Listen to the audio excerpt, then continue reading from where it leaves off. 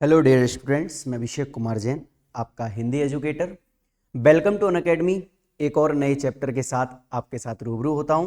तो अभी तक हम लोग अच्छी तरह से अपने एग्ज़ाम की तैयारी के लिए लगे हुए हैं और अपनी एनसीईआरटी के कुछ क्वेश्चन आंसर्स भी हम अपनी कॉपी में कर रहे होंगे और अपने तैयारी को बेहतर बनाने के लिए हम इसी तरह की नई नई वीडियोस के साथ में अच्छे से अच्छा स्कोर करने के लिए रूबरू भी हो रहे हैं और हम सभी इस चीज़ को समझ रहे हैं। तो आइएगा, आज के इस नए चैप्टर के साथ हम लोग शुरुआत करेंगे जिसका नाम है अपठित गद्यांश। सीबीएसई बोर्ड में जब कभी भी हम देखते हैं कि हिंदी के बारे में जब बताया जाता है कि हिंदी इस तरह से आएगी, हिंदी उस तरह से आएगी, या हिंदी में किस तरह से हम लोग जो है अपने आंसर्स को टिक कर पाएंगे, तो उसी चीज़ को हम और अच्छा बनाने के लिए, क्योंकि यह एक हिंदी का अपठित बोध के नाम से कहलाने वाला एक चैप्टर है जिसके लिए हम सभी के लिए अलग अलग नंबर के माध्यम से हमारा मूल्यांकन किया जाता है, जो हमारी परीक्षा में दिया जाता है।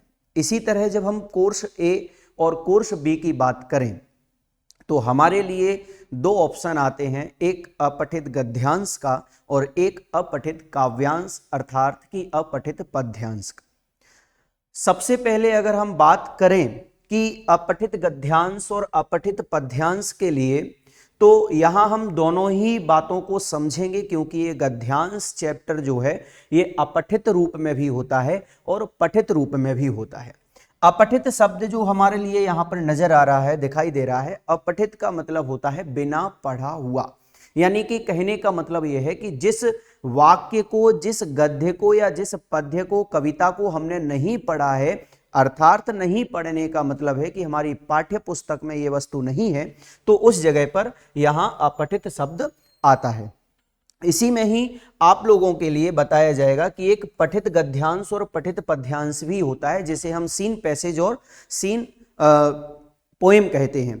इसमें क्या होता है, इसमें आपके ही पाठ्यक्रम से क्वेश्चंस को निकाल करके, आपके ही पाठ्यक्रम में से एक पूरा का पूरा पैराग्राफ निकाल करके और वो आप लोगों को दिया जाएगा, वह कहलाता है पठित गद्यांश। अब बात करते हैं कि यह जो अपठित गद्यांश और पद्यांश ये कोर्स ए और कोर्स बी दोनों में आता है, तो हम इसका नंबर डिवाइडेशन किस तरह से करेंगे, किस तरह से हम इसके नंबर की मूल्यांकन करने की परिपक्वता को समझेंगे। तो सबसे पहले तो मैं आपको बता दूं कि अपठित गद्यांश जो है वह कोर्स बी में दो क्वेश्चन आते हैं। किसके आते हैं? अपठित गद्यांश के, ठीक है ना। तो अपठित गद्यांश के जब दो क्वेश्चन आते हैं तो वो 5-5 नंबर के होते हैं। इस तरह से हमारे पास में दो प्रश्न अपठित गद्यांश के होते हैं। ये हमारा कोर्स बी के माध्यम से, जो भी जिन्होंने भी स्पर्श संचयन पढ़ी हुई है, उसके साथ साथ में अगर आपके अपठित गद्यांश आएगा तो वो दो अपठित गद्यांश आएंगे। आपके कोर्स बी में अपठित पद्यांश नहीं आएगा। इसी तरह अगर हम बात करें पद्यांश की, तो अपठित पद्यांश और अपठित गद्यांश ये दोनों ही प्रश्न बन करके आते हैं कोर्स ए में, जिसमें पहला प्रश्न होता है अपठित गद्यांश का और दूसरा प्रश्न होता है अपठित पद्यांश का, जो कि आपके 5-5 नंबर के सीबीएसई बोर्ड में रहते हैं। हालांकि नंबर का डिवाइडेशन करना हर एक स्तर पर अलग अलग तरीके से होता है, जिसमें कि आप लोगों को बता दिया जाता है कि जब हम 10th बोर्ड की परीक्षा दे रहे हैं तो उसमें नंबर का डिवाइडेशन हमारा पहले से ही सिलेबस के माध्यम से बता दिया जाता है, पैटर्न के माध्यम से बता दिया जाता है कि किस तरीके से प्रश्न बन करके आएंगे। देखिएगा, अभी जब हम बात करें कि जब हम 2025 यानी कि 2024 और 25 का जब हम बैच पढ़ेंगे, इसमें एक नया ट्विस्ट कह सकते हैं, एक नया इस तरह का आयाम जो है सीबीएसई बोर्ड कर रही है, जिसमें अपठित गद्यांश और अपठित पद्यांश में जहां पहले बहुविकल्पीय प्रश्न आते थे, बहुविकल्पीय का मतलब होता है एमसीक्यूज टाइप अगर कोई प्रश्न आता था तो उसी में हमें केवल टिक करना होता है, लेकिन अभी के वर्तमान के जो सैंपल पेपर आए हुए हैं, उस सैंपल पेपर को आधार मान करके, जो कि मैंने इसमें आप लोगों को दिया है, उसके आधार पर अगर हम माने तो उसमें जो दो प्रश्न हैं वो हमारे दो प्रश्न यहां पर आप लोगों को सब्जेक्टिव भी रह सकते हैं। तो सब्जेक्टिव प्रश्न यानी कि 3 आपके ऑप्शनल यानी कि एमसीक्यूज टाइप रहेंगे और दो बचे हुए हैं वो आप लोगों के सब्जेक्टिव प्रश्न रहेंगे। तो आज हम इस चैप्टर को प्रारंभ करेंगे जिसमें कि आप लोगों के लिए बताया जाएगा कि किस तरीके से अपठित गद्यांश से हमें प्रश्न को निकाल करके उसका उत्तर किस तरह देना है, उसमें क्या चीज पूछी गई है, और चारों प्रश्नों को जो है हमें बहुत अच्छे से पढ़ लेना है। अब बात करते हैं कि जब हम अपठित गद्यांश को पढ़ें, अपठित बोध को पढ़ें, तो उसमें हमें ध्यान क्या रखना है और उसकी हम स्टार्टिंग किस तरह से करें। तो हमारे पास जब हम बोर्ड एग्जाम में एग्जाम देने के लिए जाते हैं, हमारा प्रश्न पत्र जब हमारे पास में आता है तो वो हमारे लिए 10 से 15 मिनट पहले हमें प्रश्न पत्र दे दिया जाता है, और उस क्वेश्चन पेपर के मिलने पर जब तक हमारे पास उत्तर पुस्तिका यानी कि आंसर शीट नहीं आती है, तब तक हम अच्छे से इस अपठित गद्यांश को और अपठित पद्यांश इन दोनों को ही जो है अच्छे से रीड कर लें, पढ़ लें, सरसरी निगाहों से एक बार अच्छे से देख लें, जिससे कि अगर कोई प्रश्न हमारे लिए नहीं आ रहा होगा तो हम उसका उत्तर बहुत अच्छे से उसमें लगा सकते हैं। देखिएगा, इन अपठित गद्यांश में हमें नहीं पता है कि इन 10 प्रश्नों के 10 आंसर जो होंगे सही होंगे या गलत होंगे, क्योंकि सीबीएसई बोर्ड में जो आंसर सही माना जाएगा वही वहां पर अगर हम टिक करके आते हैं तो वही सही हमारा भी आंसर माना जाएगा। इसलिए हमें कभी इसमें तुक्काबाजी नहीं करना है, समझ करके, देख करके, परख करके फिर आंसर लगाना है, क्योंकि हमारी मनस्थिति को देखा जाता है कि हम किस तरीके तक सोच सकते हैं कि इसका आंसर क्या हो सकता है। यही बात जो है इन अपठित बोध के माध्यम से बताई जाती है। और हमें क्यों दिया जाता है अपठित गद्यांश, हमें क्यों आवश्यकता रहती है कि हम अपठित गद्यांश को इस सिलेबस में डालें। 80 नंबर के पेपर में 10 नंबर हमारे अपठित बोध के होते हैं, और वो अपठित बोध गद्यांश और पद्यांश के रूप में आते हैं। तो आइएगा, सबसे पहले तो हम अपठित बोध को पढ़ते हैं, और आने वाली नई नई ट्रिक्स जो हैं, आने वाली जो नए नए क्वेश्चन के आंसर ढूंढने का तरीका है, उसको भी हम यहां पर देखेंगे, समझेंगे। तो देखिएगा, यहां मैंने आप लोगों को बताया कि एक अपठित शब्द जो है वह अंग्रेजी शब्द के अनसीन का समानार्थी है। समानार्थी का मतलब मैंने आप लोगों को पहले से बता रखा है, जो पर्यायवाची शब्द होते हैं उनको समानार्थी शब्द कहते हैं। यानी कि आप अनसीन कह दो या अपठित कह दो। अपठित हिंदी में हो गया, अनसीन अंग्रेजी शब्द हो गया। यानी जो हमने कभी देखा ना हो, या जो हमने कभी सुना ना हो, या जिसको हमने कभी पढ़ा ना हो। इस शब्द की रचना पाठ मूल शब्द में अ उपसर्ग और इत प्रत्यय लगाने पर बनती है। यानी इसमें अ उपसर्ग लग गया और इत प्रत्यय लग गया। उपसर्ग जो होता है वो हमेशा शब्द के प्रारंभ में लगता है, और प्रत्यय जो होता है वो शब्द के बाद में लगता है। इसलिए यहां पर एक ऐसा शब्द अपठित है जिसमें उपसर्ग भी लगा हुआ है और प्रत्यय भी लगा हुआ है। पठ धातु ले, इसका शाब्दिक अर्थ होता है बिना पढ़ा हुआ, अर्थात गद्य या काव्य जिसे हम अभी पढ़ने वाले हैं, कविता हो या कोई भी कहानी हो या कोई भी गद्य हो, उसका ऐसा अंश जिसे पहले ना पढ़ा गया हो। परीक्षा में अपठित गद्यांश और काव्यांश पर आधारित प्रश्न पूछे जाते हैं। इस तरह के प्रश्नों को पूछने का उद्देश्य छात्रों की समझ, अभिव्यक्ति कौशल और भाषिक योग्यता का परख करना होता है। देखिएगा, हमारा जो लास्ट क्वेश्चन था कि इसे हम क्यों पढ़ते हैं, क्यों दिया जाता है, तो यह से केवल इसलिए दिया जाता है कि ताकि हम उन बच्चों की मानसिकता को या उन बच्चों की भाषिक योग्यता को, उन बच्चों की अभिव्यक्ति कौशल को समझ सकें कि वो किस तरीके तक सोच सकते हैं और किस तरीके तक उसका आंसर लगा सकते हैं। आगे चलते हैं अब अपठित गद्यांश की तरफ। अब हम धीरे धीरे अपठित गद्यांश जो है वो कोर्स ए और कोर्स बी दोनों में ही कार्यकारी है, क्योंकि कोर्स बी में दोनों ही प्रश्न अपठित गद्यांश के होते हैं। कोर्स ए में अपठित गद्यांश का पहला ही प्रश्न होता है। और ध्यान रखना, अपठित बोध जो है वो पहले और दूसरे नंबर का ही प्रश्न होता है कोर्स बी में, और कोर्स ए में पहले नंबर का प्रश्न अपठित गद्यांश का होता है। तो आइएगा समझते हैं। जिस वस्तु को हमने पढ़ा ना हो, पाठ्यक्रम में देखा ना हो, सुना ना हो, वह अगर हमारे माध्यम से उसका उत्तर लगाया जाता है तो यह हमारी खुद की एक अभिव्यक्ति है जो हम अपने आप को दूसरों के सामने व्यक्त कर रहे होते हैं, जिसमें हमें ध्यान रखने वाली बातें क्या होती हैं उसको हम समझते हैं। अपठित गद्यांश प्रश्न पत्र का वह अंश होता है जो पाठ्यक्रम में निर्धारित पुस्तकों से नहीं पूछा जाता है। यह अंश साहित्यिक पुस्तकों, पत्र पत्रिकाओं या समाचार पत्रों से लिया जाता है। ऐसा गद्यांश भले ही निर्धारित पुस्तकों से हटकर लिया जाता हो, परंतु उसका स्तर, विषय वस्तु और भाषा शैली पाठ्य पुस्तकों जैसी ही होती है।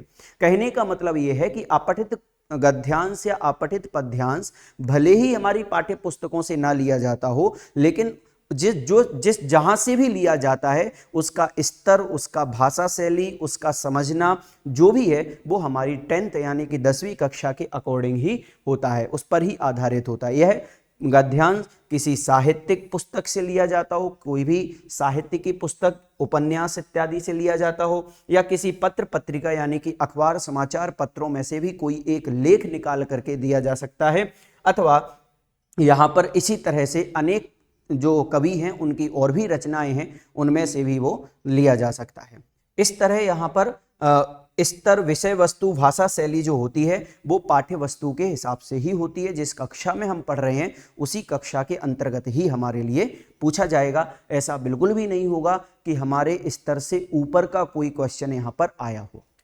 प्रायः छात्रों को अपठित अंश कठिन लगता है और वे प्रश्नों का सही उत्तर नहीं दे पाते हैं।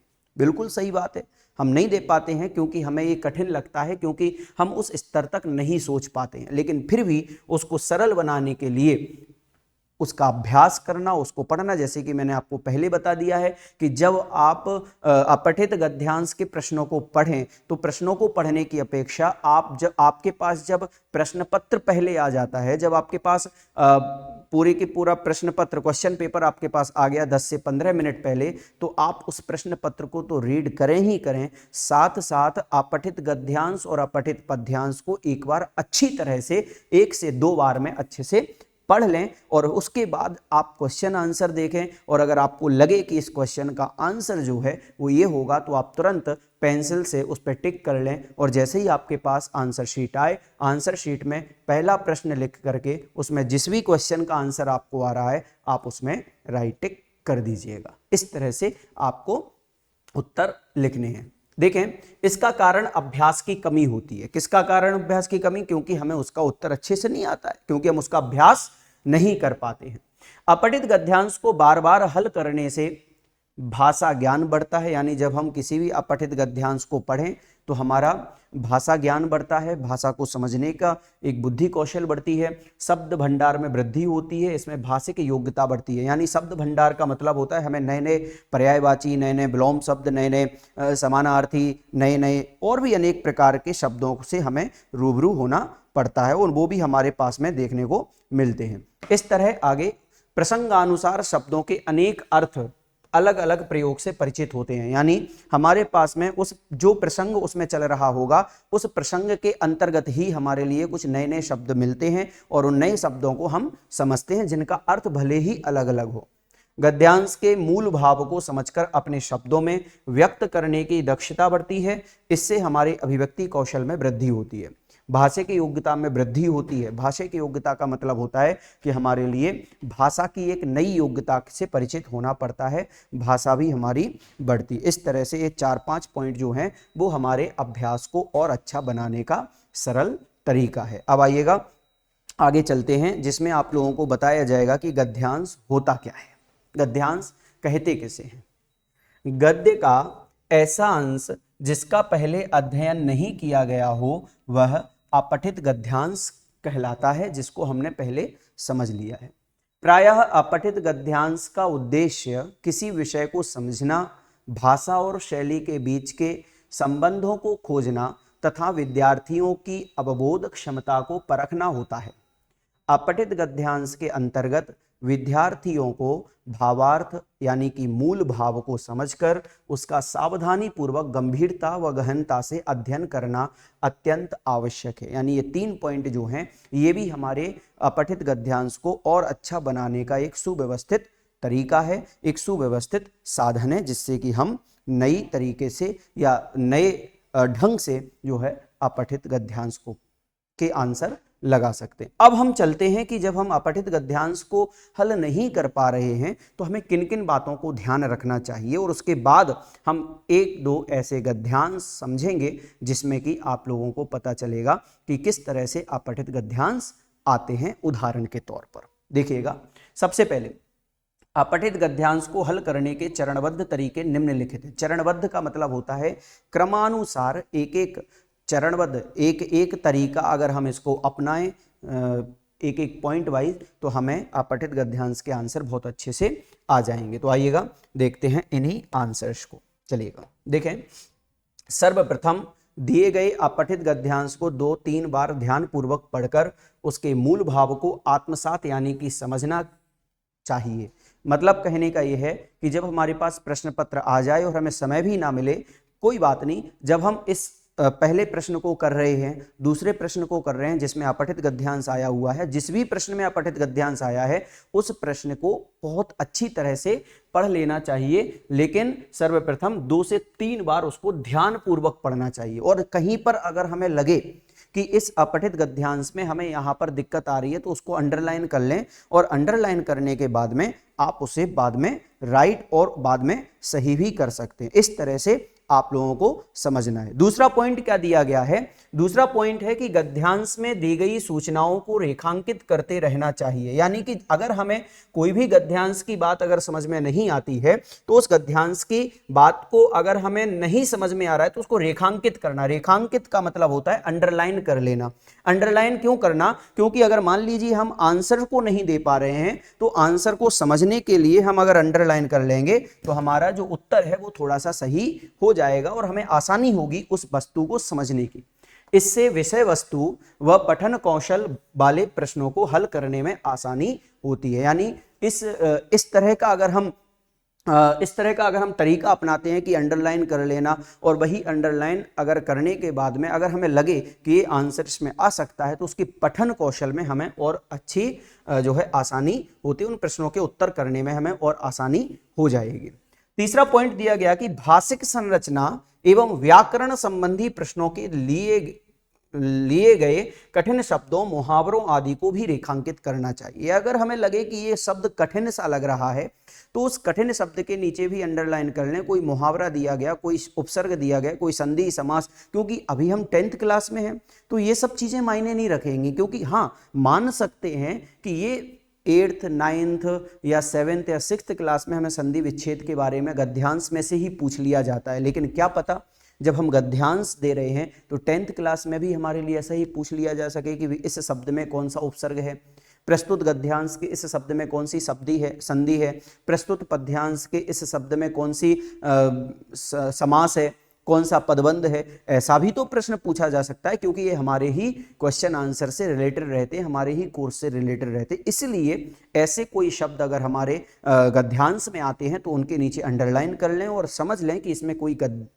संधि विच्छेद तो नहीं हो रही है, कोई इसमें संधि का नाम तो नहीं आ रहा है, कोई इसमें उपसर्ग तो नहीं है, कोई प्रत्यय तो नहीं है, कोई पद परिचय का तो शब्द नहीं है, कोई वाक्य परिचय का तो नहीं है। तो इस तरह से भी हमें ध्यान रखना चाहिए। कोई मुहावरा अगर आए तो उसको भी रेखांकित कर लेना चाहिए। भाषिक संबंधी प्रश्न पर विशेष ध्यान देना चाहिए तथा पूरे गद्यांश को पढ़ने व समझने के पश्चात ही उचित शीर्षक का चयन करना चाहिए। सबसे पहला पॉइंट जो हमें पूरे गद्यांश को पढ़ने के बाद, आप रेखांकित करो नहीं करो कोई बात नहीं है, लेकिन रेखांकित इसलिए भी करना, कोई बात अगर हमें समझ में आ गई है तो अगर ये उसका शीर्षक यानी कि टॉपिक, आप जिस गद्यांश को पढ़ रहे हैं, आपने जिस गद्यांश को पढ़ा, आपने जिस गद्यांश को उत्तर देने के लिए पढ़ना स्टार्ट किया है तो उस गद्यांश का शीर्षक क्या होगा। मान लीजिए आपको प्रश्न आ गया कि प्रस्तुत गद्यांश का उचित शीर्षक बताइए या उचित शीर्षक होगा, कोई 4 ऑप्शन आपको दिए जाएंगे, उसमें से किस पर आप आंसर लगाएंगे, किस पर आप टिक लगाएंगे, और आपको लगेगा कि ये चारों ही सही है हमारी दृष्टि से, लेकिन उत्तर तो कोई एक ही सही होगा। इसलिए गद्यांश को अच्छे से पढ़ना, इसलिए सबसे पहले हमने पॉइंट में दे दिया है कि आप ध्यान पूर्वक पढ़ें कि उसमें से नया शीर्षक निकालें, कोई ऐसा शीर्षक निकालें जो उस गद्यांश से रिलेटेड हो, उस गद्यांश की सार्थकता बता रहा हो, ऐसे गद्यांश के शीर्षक को हमें लिखना चाहिए। तो भाषिक संबंधी प्रश्न पर विशेष ध्यान देना चाहिए तथा पूरे गद्यांश को पढ़ने व समझने के पश्चात ही उचित शीर्षक का हमें चयन करना है। मतलब पूरा पढ़ने के बाद, ऐसा नहीं हो कि हम पढ़ लें उसके बाद शीर्षक बाद में आ जाए, ऐसा नहीं, बिल्कुल अच्छे से सावधानी पूर्वक शीर्षक ध्यान रखना चाहिए। पांचवा पॉइंट है कि गद्यांश में कथनों अथवा कथन या कारण, जो भी प्रश्न आते हैं कथन कारण के, उन पर आधारित बहुविकल्पीय प्रश्न को हल करने के लिए कथनों के मुख्य उद्देश्य या उनके केंद्र बिंदु को समझने, जिसके पश्चात ही सही कथन अथवा कथनों को चयनित करना चाहिए। कहने का मतलब ये है कि अगर हमारे लिए जो कथन और कारण वाले प्रश्न आते हैं रीजन वगैरह के, तो उसमें हमारे लिए बिल्कुल उसके केंद्रीय भाव को समझना है, मूल भाव को समझ करके बाद में उस पर आंसर लगाना चाहिए कि यही आंसर उसका सही हो सकता है। अंत में एक बार सभी प्रश्नों के उत्तरों को पुनः ध्यान पूर्वक पढ़कर जांच लेना चाहिए ताकि हमें यह पता चल जाए कि कौन सा उत्तर सही है, कौन सा गलत। अगर कोई गलत होगा तो वो भी हमारा सही करने में हम उसको सावधानी बरतेंगे। इस तरह से हमें इन चरणबद्ध तरीकों को अच्छे से सावधानी पूर्वक समझना है और उसको समझ करके अप्लाई करना है। और अप्लाई अगर हम करेंगे तो हमारे लिए बहुत अच्छी तरह से इसके आंसर समझ में आ जाएंगे। चलिएगा एक और हम इसके उदाहरण के स्वरूप में जो है नए गद्यांश को पढ़ते हैं। देखिएगा आपकी स्क्रीन पर है। पहला प्रश्न है कि निम्नलिखित गद्यांश को ध्यान पूर्वक पढ़कर इसके आधार पर सर्वाधिक उपयुक्त उत्तर वाले विकल्प चुनकर लिखिएगा। 5 प्रश्न हैं, 5 प्रश्न एक एक नंबर के आते हैं। इस तरह से 5 नंबर का आपका पहला प्रश्न होगा जो कि आप लोगों को दोनों ही कोर्स में रहेगा, अपठित गद्यांश के तौर पर, कोर्स ए और कोर्स बी में। तो देखिएगा आपकी स्क्रीन पर भी आप लोग इसको पढ़ सकते हैं। एक बार आप अपनी निगाहों से बिल्कुल एक बार देख लीजिए, मैं आपके साथ में इसको पढ़ता हूं और बिल्कुल ध्यानपूर्वक इसको पढ़ना, जिससे कि हम इसके उत्तर जो हैं लगा सकें। हालांकि मैंने इसके उत्तर भी इसमें दिए गए हैं साथ के साथ में, तो आपको आसानी होगी कि क्या आंसर आ सकता है, लेकिन क्यों आ सकता है वो मैं आपको बता देता हूँ। एक भारत श्रेष्ठ भारत अभियान देश के विभिन्न राज्यों में सांस्कृतिक एकता को बढ़ावा देता है। भारत एक अनोखा राष्ट्र है जिसका निर्माण विविध भाषा, संस्कृति, धर्म के तानों बानों, अहिंसा और न्याय के सिद्धांतों पर आधारित स्वाधीनता संग्राम तथा सांस्कृतिक विकास के समृद्ध इतिहास द्वारा एकता के सूत्र में बांधकर हुआ है। इस हम इतिहास की बात करें या वर्तमान की भारतवर्ष में कला एवं संस्कृति का अनूठा प्रदर्शन हर समय एवं हर स्थान पर हुआ है। नृत्य, संगीत, चित्रकला, मूर्तिकला, वास्तुकला इत्यादि से समृद्ध भारत की पहचान पूरे विश्व में है। देखिएगा ये हम अंडरलाइन कर सकते हैं क्योंकि हमारे भारत की पहचान जो है इन पॉइंट्स पर बहुत आधारित है और हमें ये बाद में काम देगा किसी आंसर के लिए। भारतीय वास्तुकला एवं मूर्तिकला की परंपरा अत्यंत प्राचीन है।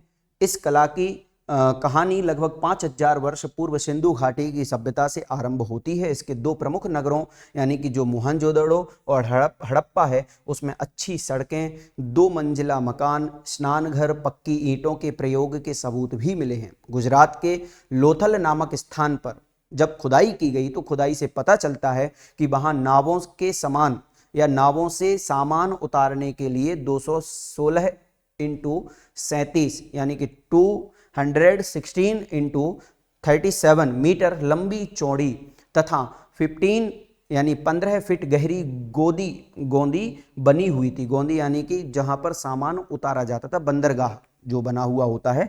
जो ये लोग मिट्टी, पत्थर, धातु, हड्डी, कांच आदि की मूर्तियां एवं खिलौने बनाने में कुशल थे। धातु से बनी एक मूर्ति में एक नारी को कमर पर हाथ रखे नृत्य मुद्रा में दर्शाया, यानी डांसर की मुद्रा में उसको दर्शाया गया है। दूसरी मूर्ति पशुपतिनाथ शिव की थी तथा तीसरी मूर्ति दाढ़ी वाले व्यक्ति की है। ये तीनों मूर्तियां कला के सर्वश्रेष्ठ नमूने हैं। मूर्ति को श्रेष्ठ होना मूर्तिकार के कौशल पर निर्भर करता है। देखिएगा अंडरलाइन हम इसलिए भी करें क्योंकि ये हमारे लिए बहुत महत्वपूर्ण। मूर्ति की प्रत्येक भाव भंगिमा को दर्शाने में मूर्तिकार जी जान लगा देता है। भाव भंगिमा का मतलब होता है कि वो जैसा दिखाई दे रहा है उसको वैसा ही दिखने देना, इसलिए वो अपनी मूर्तिकार जो है बनाने, मूर्ति को बनाने वाला है, वो उसमें पूरी जी जान लगा देता है। इस प्रकार की विभिन्न, भारत के प्रत्येक कोने में इस प्रकार की विभिन्न कलाएं हमारी संस्कृति एवं प्रतिबिंबित होती हैं। इस अतुलनीय निधि का बचाव और प्रचार प्रसार ही एक भारत श्रेष्ठ भारत की परिकल्पना है। इस तरह यहां पर प्रश्न उत्तर दिए गए हैं और यहां पर मैंने आप लोगों को जो है प्रश्न के उत्तर भी बता दिए हैं। अब देखिएगा, मैंने आपको पहले ही स्टार्टिंग में कह दिया था कि इनके प्रश्न उत्तर जो हैं वो एमसीक्यूज टाइप रहेंगे, जो है आपके बहुविकल्पीय रहेंगे। बहुविकल्पीय प्रश्न जो होते हैं,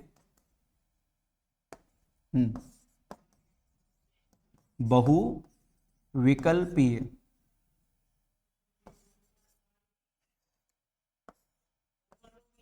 बहुविकल्पीय प्रश्न जो होते हैं, उन बहुविकल्पीय प्रश्नों में आप लोग ध्यान रखना कि उसके विकल्प को जो हम चयन कर रहे हैं, उस चयन किए हुए विकल्प को इसी तरह लिखना है। मैं आपको बहुत अच्छी तरह से समझा रहा हूं। जब भी आप एमसीक्यूज टाइप के क्वेश्चन आंसर को आप अपनी कॉपी में करते हैं, आप बिल्कुल भी मत सोचना कि हमारे पास समय कम रहेगा या कोई भी दिक्कत आएगी। हाँ, मानता हूं आपका बहुत लेंथी पेपर होगा, लेकिन उसमें आप लोगों को ध्यान रखना है, उत्तर आपको इसी तरह ही लिखना है। आपको पहले जो आंसर है वो घ लिख करके, और उसके बाद जो भी हम उसमें टॉपिक है, जो भी आंसर है वो उसको हमें लिखना है। ना तो हमें केवल आंसर लिखना है और ना हमें केवल घ लिखना है। ध्यान रखना, पूरा आंसर इस तरह का होना चाहिए, तभी आपका आंसर राइट माना जाएगा। देखिए, पहला प्रश्न है, भारत को अनोखा राष्ट्र कहने से लेखक का तात्पर्य है। देखें, बहुमुखी प्रतिभा का प्रदर्शन, कोई बड़ी बात नहीं है, कभी भी होता है। मूर्ति कला के सर्वश्रेष्ठ नमूने हैं, और भी इसके अलावा भी है हमारे भारत में। संवेदनशील भारतीय नागरिक, उसके अलावा भी भारत में है। लेकिन विभिन्नता में एकता का प्रतीक जो है वो इसकी भावना अत्यधिक आती है।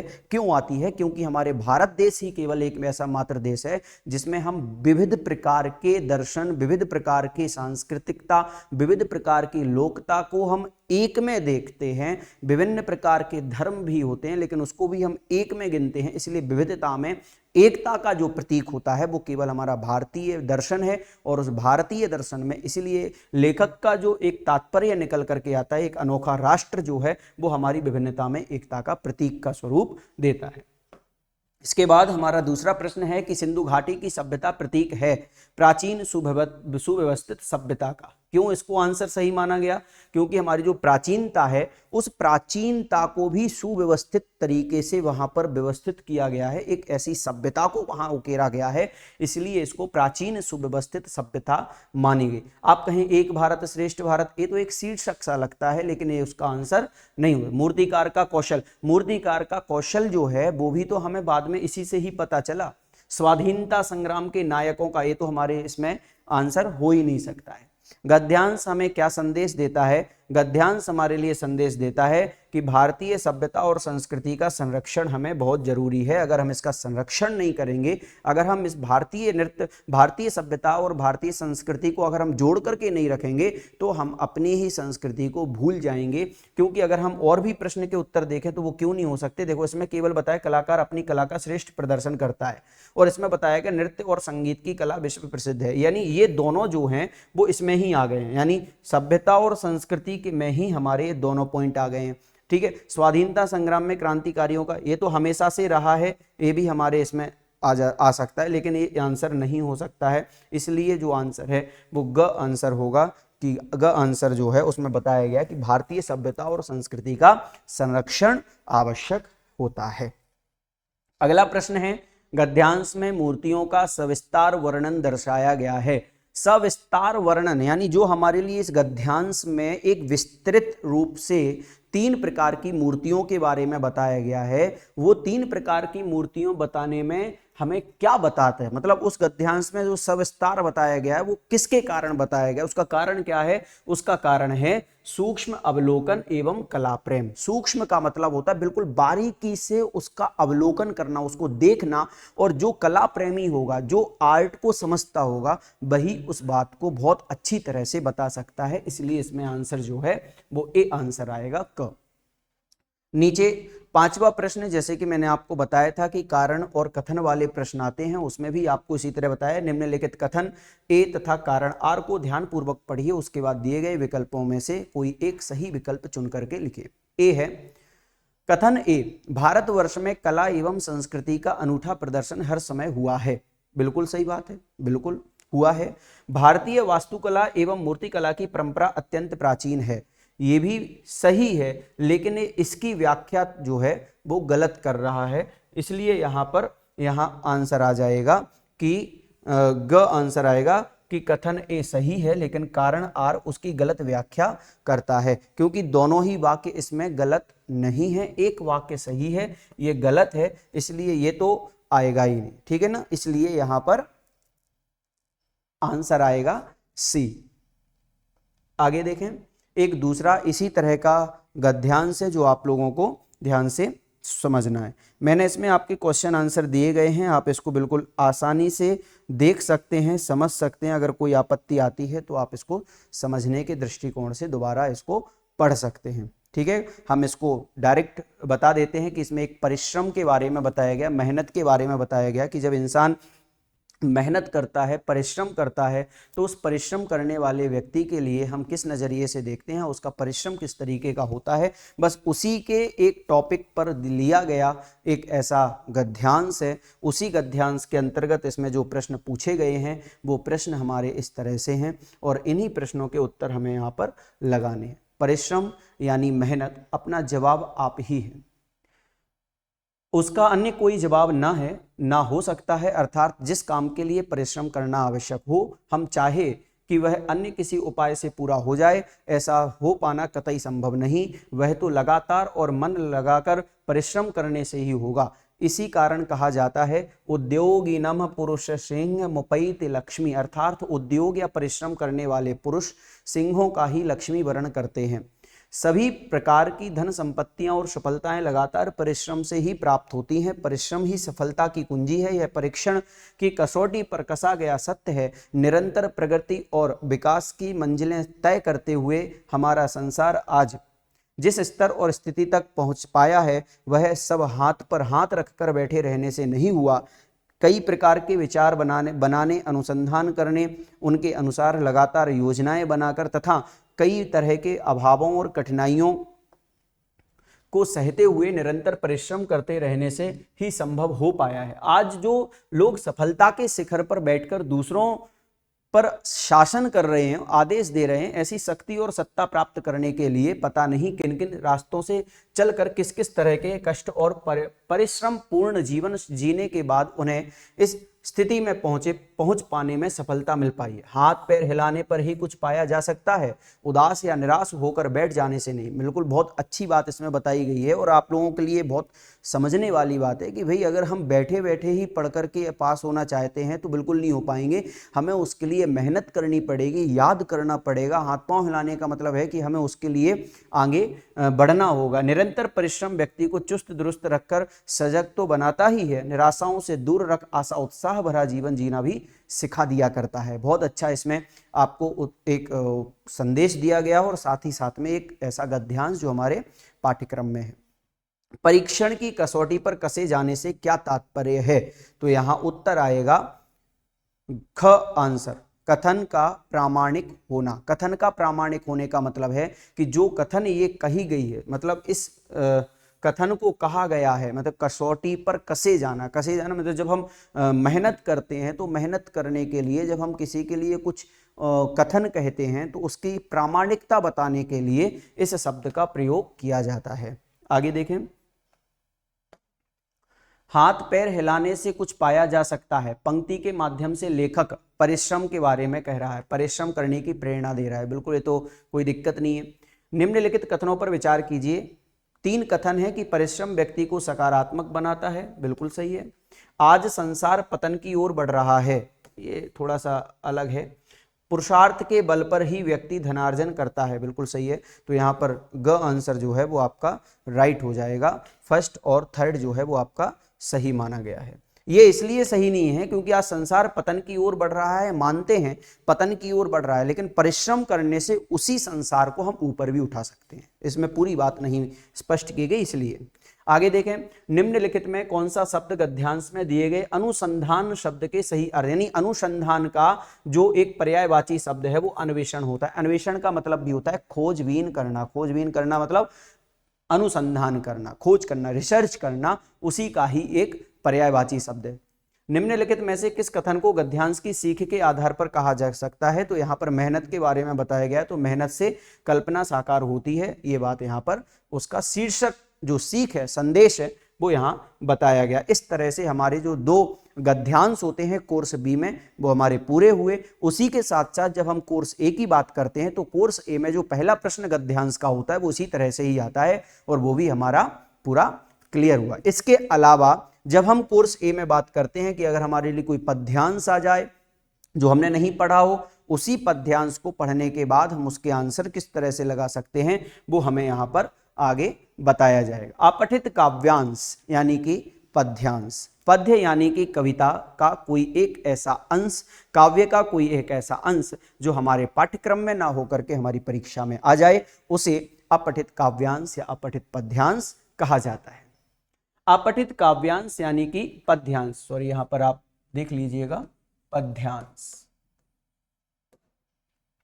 देखें कि अपठित काव्यांश वह कविता या गीत होती है जो पहले से ना पढ़ा गया हो, किन्हीं या किसी भी काव्यांश को बिना किसी की सहायता से पढ़ना और पढ़कर उसे समझने की प्रतिभा का विकास करना ही अपठित काव्यांश का लक्ष्य होता है। मतलब उसे हम इसलिए पढ़ते हैं कि उस कविता को पढ़ने की शक्ति हमारे अंदर आती रहे, उसको समझने की प्रतिभा हमारे अंदर बढ़ती रहे। इसके सामान्य से सुझाव 4 हमने यहाँ पर दिए हैं कि हम क्या करें जिसके कारण से हमारा पद्यांश जो है वो बहुत अच्छा बन सके। तो देखिएगा, सबसे पहला कि सर्वप्रथम अपठित पद्यांश या काव्यांश को 2 से 3 बार ध्यानपूर्वक पढ़ना चाहिए, सेम गद्यांश की तरह।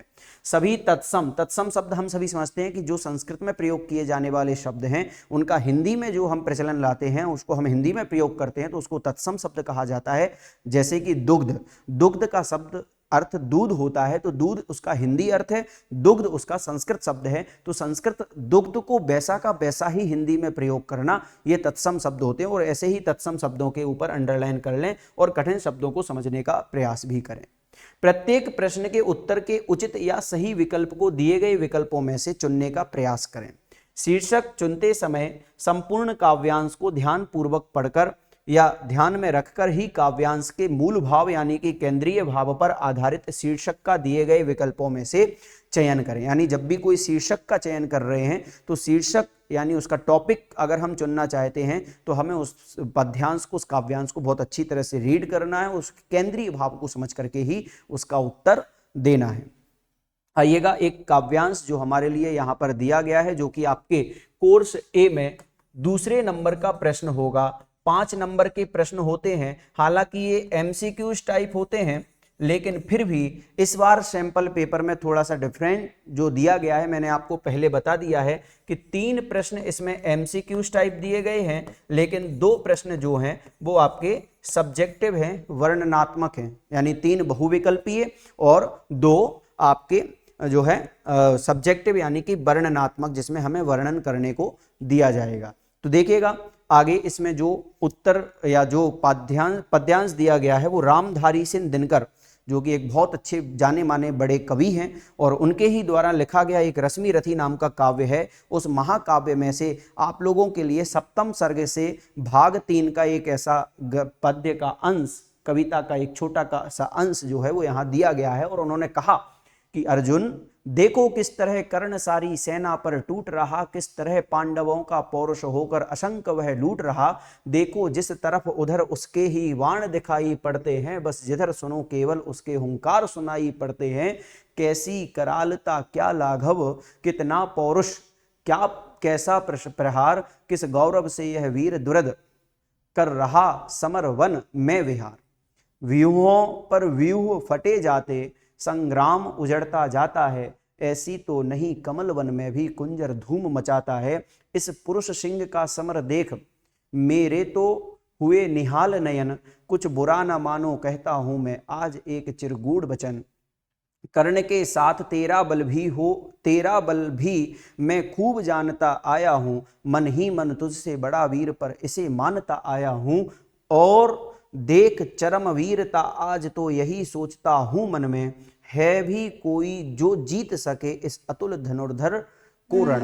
ये प्रश्न चिन्ह है कि ऐसा कोई अतुल धनुर्धर है जो इस रण यानी कि युद्ध भूमि में इससे कोई जीत सकता है। तो यहां उन अर्जुन से कहते हुए श्री कृष्ण कह रहे हैं कि देखो इस कर्ण के समान कोई इसमें इतना बलशाली नहीं है जो उस पर विजय प्राप्त कर ले। यहाँ इसी तरह का आंसर आपको, इसी तरह का आपको पढ़ करके उसका उत्तर आपको देना है। तो आइएगा इसी प्रश्न उत्तर में आप लोगों को ले चलते हैं इसके प्रश्न उत्तर। सबसे पहले तो हम इसके अर्थ को समझें तो भावार्थ समझने में केवल इतना सा आता है कि जब श्री कृष्ण गीता का सार अर्जुन को बता रहे होते हैं तो उसी बात को रश्मि रति में रामधारी सिंह दिनकर ने अपने ही शब्दों में हिंदी में बयां करते हुए जो है पूरी की पूरी कहानी, पूरी की पूरी एक वहाँ युद्ध का क्षेत्र जो है वो बताया है और उसी के ऊपर ही इसका उत्तर उसी ढूंढने के लिए कहा है। तो सबसे पहला प्रश्न है कि इस काव्यांश में कौन किसकी प्रशंसा कर रहा है।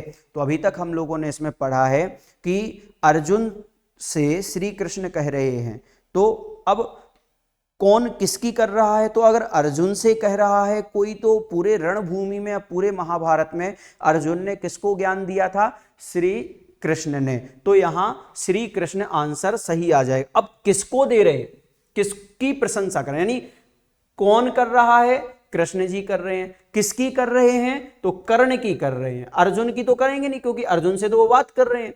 कर्ण करेगा नहीं क्योंकि कर्ण जो है वो विपक्षी दल का है, तो श्री कृष्ण की वो करे नहीं रहे। अर्जुन भी कर्ण की नहीं कर सकता है। तो यहां अर्जुन कर्ण की इसलिए नहीं कर सकता क्योंकि पहली लाइन में ही लिखा था कि अर्जुन देखो, यानी श्री कृष्ण अर्जुन से ही कह रहे हैं। तो श्री कृष्ण जो है वो किसकी कर रहे हैं, इसमें आंसर जो दो है वो आपका आंसर राइट आ जाएगा। मैंने यहां पर आपका मेंशन किया हुआ है तीनों आंसर, जिसमें कि आपका क आंसर जो है, क का सेकंड जो है वो आपका आंसर सही हो जाएगा। इसके बाद हम चलते हैं, कवि ने कर्ण के युद्ध कौशल की प्रशंसा में क्या कहा है। युद्ध कौशल की प्रशंसा करते हुए उचित विकल्प का चयन करना है।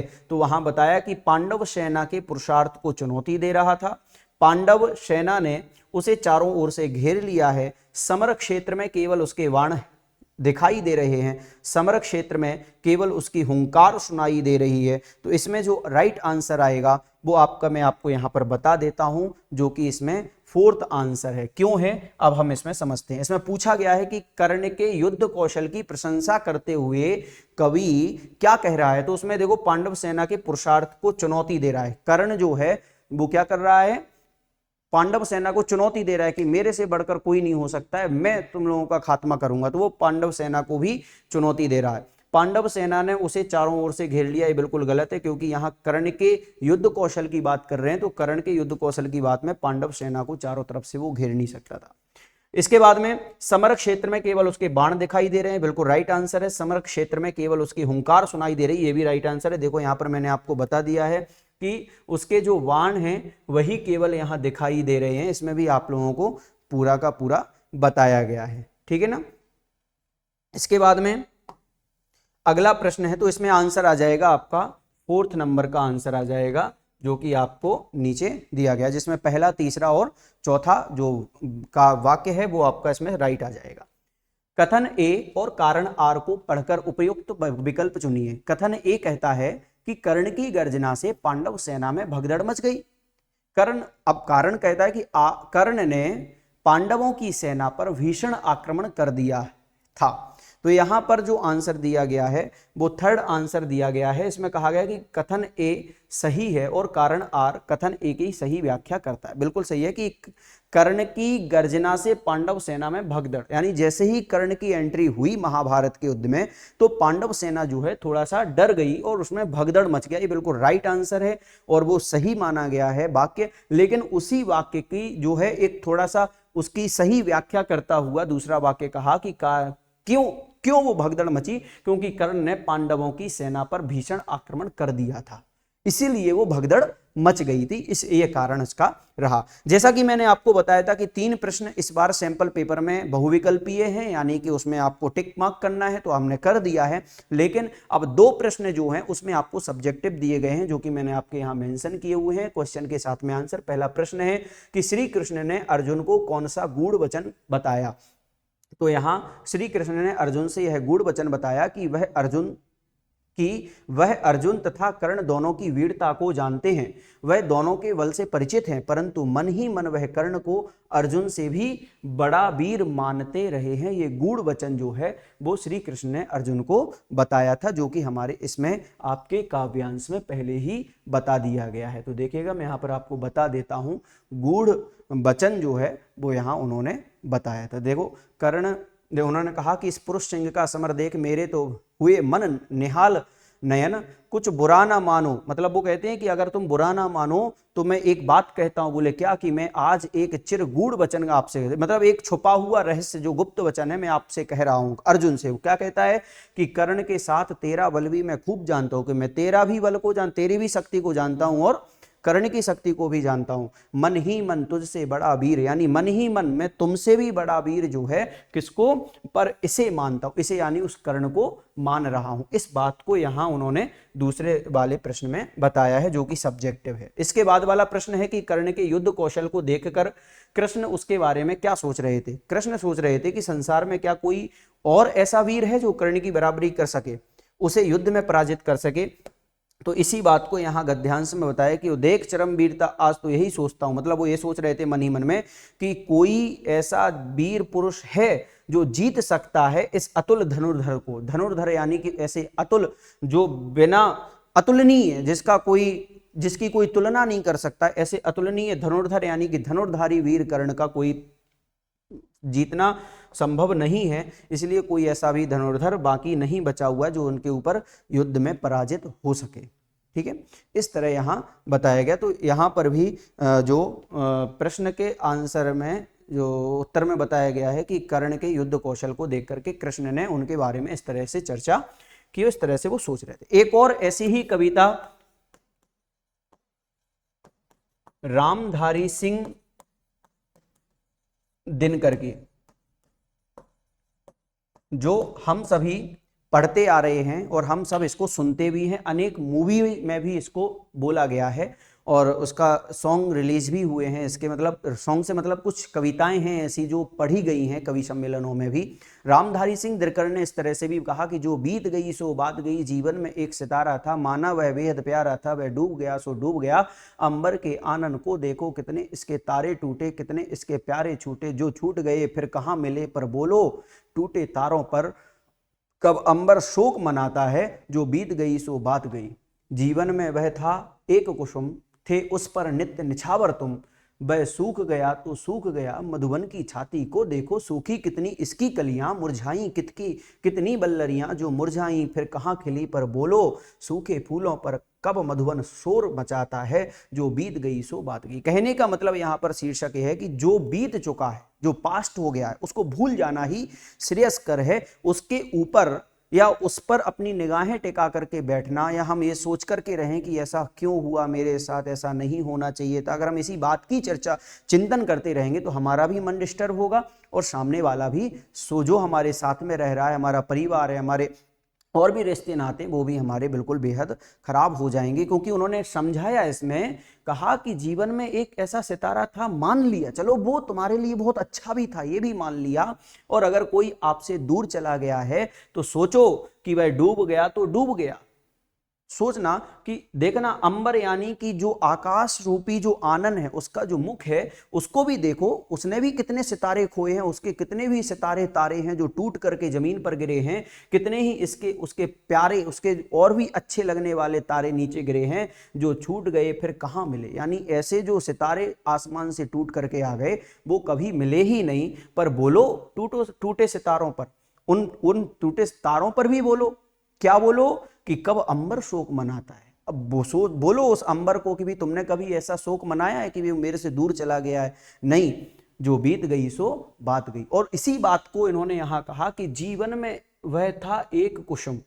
हमारी जीवन में कहा जा सकता है, मान लिया कि वो एक पुष्प की तरह भी था। और अब हम अगर पुष्प की तरफ देख करके देखें, जो हम मधुवन में देखते हैं, उपवन में देखते हैं, उस पर नित्य निछावर थे, हमें वो बहुत अच्छा लगता था। वो कमल का पुष्प, वो गुलाब का फूल हमें बहुत अच्छा लगता था, लेकिन जब वह सूख जाता है तो सूख गया, उसमें क्या बात है, उसका भी एक समय था। लेकिन मधुवन की छाती को देखो, यानी उस उपवन को देखो जहां पर पुष्प पैदा होते हैं, जहां पर फूल लगते हैं, उसके हृदय को देखो कि सूखी कितनी इसकी कलियां।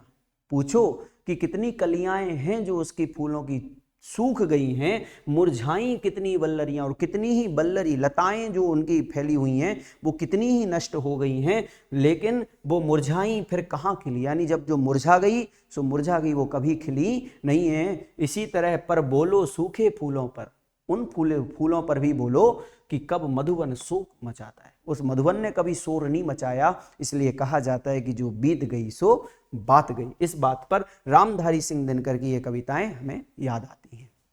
देखिएगा यहां पर प्रश्न के साथ में ही उत्तर दिया गया है। आपके विचार में, जीवन में, आपके विचार से जीवन में एक सितारा किसे माना जा सकता है, तो उसमें ख, यानी जो हमारा सबसे प्रिय होता है हम उसे ही अपना सितारा मानते हुए। माँ कहती ना कि ये मेरी आंख का सितारा है, आंख का तारा है, तो आंख का तारा कौन, उसका प्रिय जो उसका पुत्र है। ठीक है, आंगन में खिले हुए फूल को भी नहीं माना, इनमें से कोई नहीं, ये भी आंसर गलत है। जो सबसे प्रिय होता है वो हमारे लिए एक सितारे की तरह होता है, इसमें आंसर से टूटे तारों का शोक कौन नहीं मनाता है, विकल्प का आकाश नहीं मनाता है, अंबर। इसलिए मैंने कहा था आप लोगों को कि आप लोग इसके आंसर पर अंडरलाइन कर लेना, क्योंकि अंबर शब्द का जो पर्यायवाची शब्द होता है वो आकाश होता है। ठीक है ना। अब आगे देखें, प्रश्न है, हाँ दूसरा हो गया, हाँ तीसरा प्रश्न है कि मधुवन किसका प्रतीकार्थ है। मधुवन जो प्रतीक है वो संसार का है, यानी संसार में, या जिस तरह मधुवन, जिस तरह के उपवन यानी बगीचे में पुष्प और कलियां खिलती हैं, ठीक वैसे ही संसार में भी पुष्प के समान हमारा कोई प्रिय होता है, जिसके ऊपर और भी लोग उस पर न्यौछावर रहते हैं और भी उसको चाहने वाले होते हैं, लेकिन जब वो चला जाता है तो क्या संसार में कभी किसी ने शोर मचाया है। वो संसार से गया तो संसार ने तो शोर नहीं मचाया, हम क्यों मचा रहे हैं, तो इसलिए कहा कि संसार का ही प्रतीक है। बगीचे का तो सिर्फ उसका उदाहरण दिया गया है, लेकिन ये आंसर गलत हो जाएगा, तो यहां आंसर आएगा संसार। कथन और कारणार को हमें पढ़ करके विचार करना है। जो बीत गई सो बात गई, कारणार कहता है कि तात्पर्य यह है कि बीती बातों पर दुख नहीं मनाना चाहिए तथा बीते अनुभव को भूलकर आगे बढ़ना चाहिए। बिल्कुल सही बात है, इसमें ग आंसर आ जाएगा, क्योंकि कारण ए सही है, लेकिन कथन ए सही है, कारण और उसकी सही व्याख्या करता है, क्योंकि उसका अर्थ सही बता रहा है कि जो बीत गया है सो बीत गया, इसमें हमें कोई भी गम नहीं मनाना चाहिए, यानी दोनों ही बात सही है, दोनों ही बात जो है वो सही है। पांचवा, मधुवन की छाती को देखो सूखी कितनी इसकी कलियां में अलंकार है, क अलंकार है, मानवीकरण अलंकार। जब हम अलंकार शब्द, अलंकार को पढ़ेंगे तो हमें बहुत अच्छी तरह से, जब हम अलंकार वाली वीडियो को देखना तब हमारे लिए मानवीकरण अलंकार और अच्छे से समझ में आ जाएगा। मानवीकरण अलंकार का शाब्दिक सा अर्थ होता है कि किसी वस्तु विशेष में मानव के अंग का उपमा ला देना या मानव के अंगों से उसको तुलना कर देना, ये मानवीकरण अलंकार है। ठीक वैसे ही, क्योंकि मधुवन यानी कि संसार को इन्होंने छाती, यानी संसार में जो लोग हैं, छाती यानी हृदय जो है, यानी मानवीकरण अलंकार यानी मधुवन को एक छाती का रूप दिया गया है, इसलिए यहाँ पर ये मानवीकरण अलंकार हो जाएगा। और भी अगर हमें अलंकार समझने हैं तो अलंकार हम अलंकार वाले चैप्टर में पढ़ेंगे और उसमें आप लोगों को बताया भी जाएगा, उसमें आप लोग देख लीजिएगा। तो इतना हम सभी आज यहाँ तक रहते हैं। विशेष जो हमें ध्यान रखने वाली बात है कि ये तो सिर्फ एक सैंपल है, ये तो सिर्फ हमारे लिए उदाहरण है, जरूरी नहीं है कि यही आपके उसमें आएंगे, प्रश्न में आएंगे, लेकिन इसके अलावा हम लोग आज के समय की कुछ न्यूज़ जो अपने पास में एकत्रित होती है उसको ध्यान में रखते रहें। हो सकता है कि उस न्यूज़ के आधार पर भी हमारे पास कोई गद्यांश या पद्यांश आ सकता है, तो इसी तरह गद्यांश और पद्यांश के प्रश्न उत्तर को करने के लिए ये सावधानी पूर्वक अपने इन तथ्यों को पढ़ना, उनको समझना, और कोर्स ए और कोर्स बी में जैसा बताया गया कि कोर्स बी में 2 गद्यांश आते हैं, पद्यांश बिल्कुल भी नहीं आते हैं। कोर्स ए में एक गद्यांश और एक पद्यांश आता है। इस तरह से आज कोर्स ए और कोर्स बी दोनों के लिए ही महत्वपूर्ण ये चैप्टर रहा और इस चैप्टर के आधार पर हम 10 नंबर जो हैं बहुत अच्छे आसानी से इसको ग्रहण कर सकते हैं। इसलिए विकल्प नहीं करना है किसी भी चीज़ का कि हमारे 10 नंबर आएंगे या नहीं आएंगे, हमारे ऊपर नहीं है। जितनी अच्छी तैयारी करेंगे, जितने अच्छे से हम गद्यांश लगाना शुरू करेंगे, उतने अच्छे से हमारे आंसर इसके सही होते चले जाएंगे।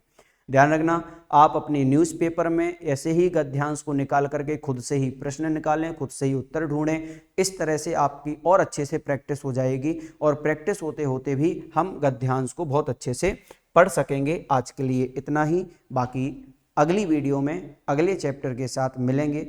धन्यवाद। Let's cricket.